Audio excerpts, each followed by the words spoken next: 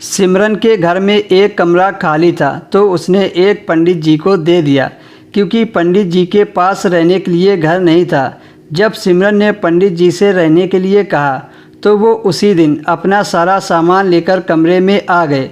पहले तो कुछ दिन तक तो ठीक ठाक चला, पर एक दोपहर जब सिमरन उसके लिए खाना लेकर गई और खाना पकड़ाने के लिए थोड़ा नीचे झुकी तो अचानक उसका पल्लू नीचे सरक गया। तब सिमरन ने ध्यान दिया कि उनकी नज़र सीधा उसके छाती पर टिक गई है। उसे यह सब बहुत बुरा लगा। वह पंडित जी की बहुत इज्जत करती थी, इसलिए उसने कुछ नहीं कहा।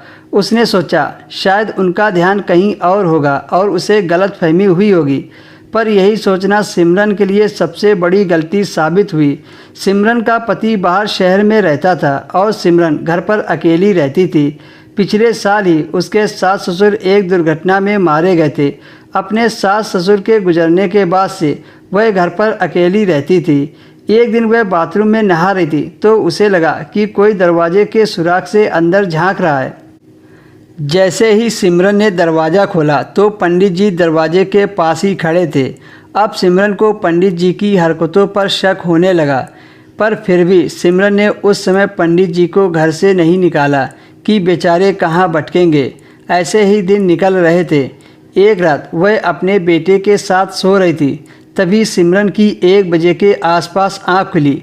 वह टॉयलेट के लिए कमरे से बाहर आई, तब उसने देखा पंडित जी के कमरे की लाइट ऑन थी। सिमरन यह सोचकर पंडित जी के कमरे में गई कि इतनी रात को पंडित जी अपने कमरे में लाइट क्यों जला रहे हैं। सिमरन ने जैसे ही हल्का दरवाज़ा खोला तो देखा पंडित अपने हाथ का इस्तेमाल कर रहे थे और उन्हें ऐसा करते देख सिमरन चौंक गई। तभी पंडित की नज़र सिमरन पर पड़ी तो वह चौंक गए और अपना हाथ वहीं रोक लिया। फिर वो जल्दी से उठे और सिमरन को पकड़कर कमरे में खींच लिया और अंदर से दरवाज़ा लगा दिया।